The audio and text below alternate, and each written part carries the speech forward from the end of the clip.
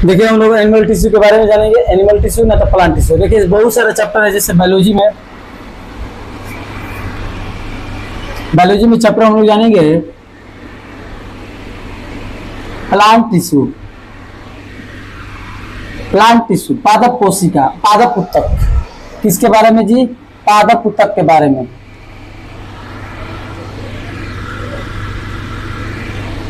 Plant tissue के बारे में जानेंगे कि प्लांट टिश्यू होता क्या है। इस देखिए सबसे चैप्टर जो होता है, ये सब चैप्टर हार्ड है। चैप्टर नॉर्मल हल्का चैप्टर नहीं बल्कि हार्ड चैप्टर है। इस प्लांट टिश्यू के बारे में हम लोग जानेंगे कि प्लांट टिश्यू में क्या क्या पढ़ना है।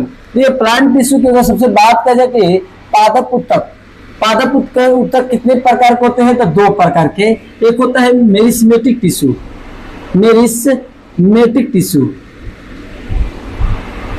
Meristematic tissue. दूसरा होता है परमानेंट टिश्यू, परमानेंट टिश्यू होता है। ठीक है, प्लांट टिश्यू दो तरह का होता है, मेरिस्मेटिक टिश्यू और होता है एक प्रकार के परमानेंट टिश्यू। और मेरिस्मेटिक टिश्यू और परमानेंट टिश्यू में क्या होता है जी? तो देखिए इसमें जो सेल्स होंगे, सेल्स होगा, इसमें सेल्स जो होंगे लिविंग होंगे। क्या होगा? लिविंग होगा। लेकिन इसमें सेल्स जो होगा लिविंग प्लस डेड होगा। लिविंग प्लस का होगा डेड होगा। याद रखना कि मेरिस्मेटिक टिश्यू होते हैं, इसको हिंदी में कहते हैं विभाजित उत्तक, और परमानेंट टिश्यू का मतलब होता है अस्थायी उत्तक। उत्तक प्लांट टिश्यू दो प्रकार के होते हैं, तो विभाजित उत्तक और इसमें क्या होता है जी? अस्थायी उत्तक। विभाजित उत्तक में क्या होता है जी? ये विभाजन के काम करता है। विभाजित उत्तक जैसे मान लीजिए सेल्स क्या होते हैं? लिविंग होते हैं, इसमें सेल्स क्या होता है? लिविंग और डेड दोनों होते हैं। इसमें अगर बात कर जाए तो सेल वाल, सेल वाल, कोशिका भित्ति क्या होती है जी? इसमें कोशिका भित्ति जो होती है मोटी होती है। क्या होती है? मोटी होती है। परंतु इसमें कोशिका भित्ति क्या होती है? पतली होती है। क्या होती है? पतली, थीन होती है। ठीक है, याद रखना। सेल वाल इसमें क्या होती है? मोटी होती है। इसमें सेल वाल क्या होती है? पतली होती है। और साथ ही साथ जानेंगे इसमें साइटोप्लाज्म जो होगा, साइटोप्लाज्म, साइटोप्लाज्म जो होगा इसमें डेंस होगा। क्या होगा? डेंस होगा। जबकि इसमें साइटोप्लाज्म का होगा लेस होगा। क्या होगा? लेस होगा। याद रहना चाहिए। यहाँ तक साइटोप्लाज्म सेल बता दिए। अब देखिए यहाँ पर वैक्यूलस, इसमें वैक्यूलस जो होंगे, वैक्यूलस जो होंगे रसधानियां होगी, इसमें नहीं पाया जाएगा और इसमें रसधानियां पाई जाएगा। अब इसको लैंग्वेज में लिखाएंगे तो बड़ा बड़ा चैप्टर हो जाएगा। शॉर्टकट में उड़ा दिए। इसमें मेरिस्मेटिक टिश्यू में क्या होगा जी? और बात बता देते हैं मेरिस्मेटिक टिश्यू में। इसमें प्लांट के लंबाई यानी कि लेंथ यानी कि लंबाई चौड़ाई इसमें क्या होते हैं? वृद्धि होती है। ठीक है, इसमें लंबाई चौड़ाई में क्या होती है? वृद्धि होती है। ठीक है, पेड़ पौधे के याद रहना चाहिए। अब देखिए हम लोग बताएंगे कि मेरिस्मेटिक टिश्यू जो होती है, मेरिस्मेटिक टिश्यू याद रखना, मेरिस्मेटिक टिश्यू तीन तरह की होती है। एक होता है एपिकल। क्या होता है? एपिकल। दूसरा होता है इंटरकैलरी, इंटरकैलरी। और दूसरा होता है लैटेरल। याद रहना चाहिए। मेरिस्मेटिक टिश्यू कितने तरह के होते हैं? तीन तरह के। Apical meristematic tissue, intercalary meristematic tissue और लैटरल मेरिस्मेटिक टिश्यू। याद रखना चाहिए कि एपिकल जो होते हैं इसके आधार पर एक सिद्धांत आता है, एक सिद्धांत आता है। किसने जी? एपिकल सेल सिद्धांत। देखिए यहां पर लिख देते हैं एपिकल सेल सिद्धांत, apical cell theory. Apical cell theory जो आया था, एपिकल सेल थ्योरी 1857 ईस्वी में होप मिस्टर ने दिया था। होप मिस्टर ने दिया था 1857 ईस्वी में। इन्होंने बताया कि सिंगल एपिकल सेल थ्योरी जो होते हैं, एक होता है कि प्लांट को क्या करता है? एक प्रकार के प्राइमरी बॉडी का निर्माण करता है। प्राइमरी बॉडी का निर्माण करता है कौन? Apical cell theory. अब देखिए परमानेंट टिश्यू कितने तरह के होते हैं जी? परमानेंट टिश्यू तीन तरह के होते हैं। कौन कौन जी? देखिए जी कौन कौन। सिंपल होता है, सिंपल। उसके बाद होता है कॉम्प्लेक्स होता है, और तीसरा क्या होता है? सिक्रेटरी।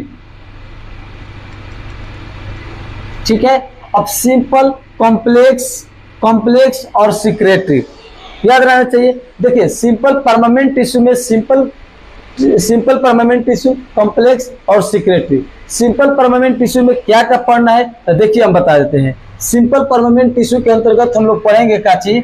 देखिए सिंपल परमानेंट टिश्यू के बारे में यहाँ पर बता देते हैं। देखिए पैरेन्काइमा,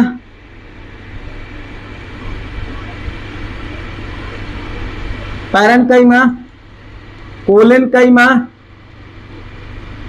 और एक होता है एस्केलेनकाइमा। काची एस्केलेनकाइमा, एस्केलेनकाइमा याद रखना। सिंपल परमानेंट टिश्यू तीन तरह के होते हैं, पैरेन्काइमा, कोलेनकाइमा और एस्केलेनकाइमा। पैरेन्काइमा किसको कहते हैं, कोलेनकाइमा क्या होता है और एस्केलेनकाइमा क्या होता है। देखिए पैरेन्काइमा जो होती है इसमें सेल्स जो होगी लिविंग होगी, क्या होगी, लिविंग होगी। और इसमें सेल्स जो होगी, इसमें सेल्स जो होगी इसमें भी लिविंग होगी। और इसमें सेल्स क्या होगा, डेड होगा। क्या होगा, डेड होगा, मृत कोशिका पाया जाएगा। अब देखिए और क्या होता है जी, इसमें जो होता है सेलवाल जो होती है, सेलवाल, इसमें सेलवाल जो होती है मोटी होती है, मोटी होती है यानी कि फैट होती है। इसमें सेलवाल जो होती है पतली होती है, परंतु किनारे किनारे मोटी होती है। क्यों, क्योंकि पेक्टिन के जमाव के कारण, पेक्टिन के जमाव के कारण क्या होता है, मोटी होती है। अब देखिए एस्केलेनकाइमा में क्या होता है जी, इसमें जो होती है यह क्या होती है, यह मोटी होती है। किसके कारण जी, लिग्निन के जमाव के कारण, लिग्निन के जमाव के कारण, लिग्निन के जमाव के कारण यह क्या होती है, मोटी होती है।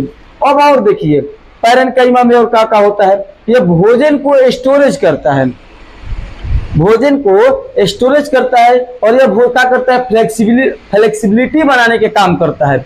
और साथ ही साथ एस्केलेनकाइमा के काम होता है क्या, यह क्या करता है कि किसी भी चीज को क्या करता है, हार्ड बनाता है। जैसे अखरोट हो सकता है, साथ ही साथ मूंगफली जो कि सब क्या करता है, कठोर बनता है। क्योंकि उसके सेलवाल जो होते हैं काफी क्या होती है, मोटी होती है। किसके कारण जी, लिग्निन के जमाव के कारण। ठीक है, यहाँ तक कोई दिक्कत नहीं होना। कॉम्प्लेक्स में जानेंगे हम लोग, फ्लोएम और जाइलम के बारे में जाएंगे। फ्लोएम क्या होता है, जाइलम क्या होता है, थोड़ा सा समझा देते हैं कि फ्लोएम और जाइलम के बारे में।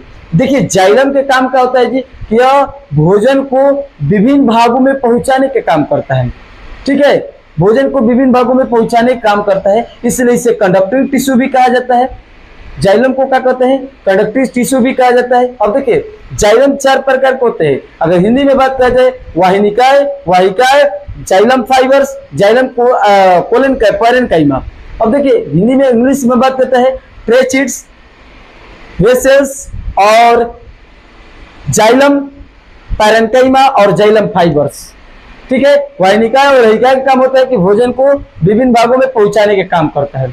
और फ्लोएम क्या होता है जी, तो फ्लोएम बता देते हैं कि पौधे के विभिन्न भागों से भोजन को क्या करता है, संचित करने के काम करता है। ये भी चार प्रकार के होते हैं। कितने प्रकार के होते हैं, चार प्रकार के होते हैं। कौन कौन जी, फ्लोएम सिव ट्यूब्स, ठीक है, कॉम्पेनियन सेल्स और साथ ही साथ फ्लोएम पैरेन्काइमा और फ्लोएम फाइबर्स।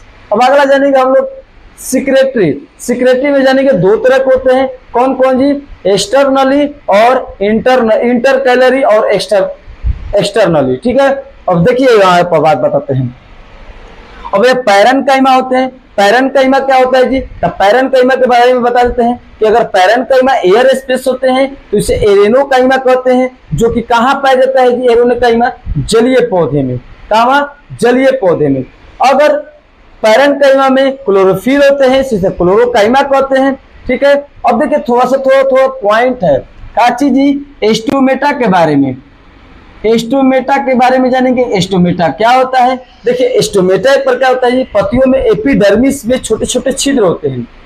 ठीक है, ये क्या करता है कि गैसों का आदान प्रदान काम करता है। जैसे हम लोग जानते हैं ना फोटोसिंथेसिस, फोटोसिंथेसिस का मतलब होता है प्रकाश संश्लेषण।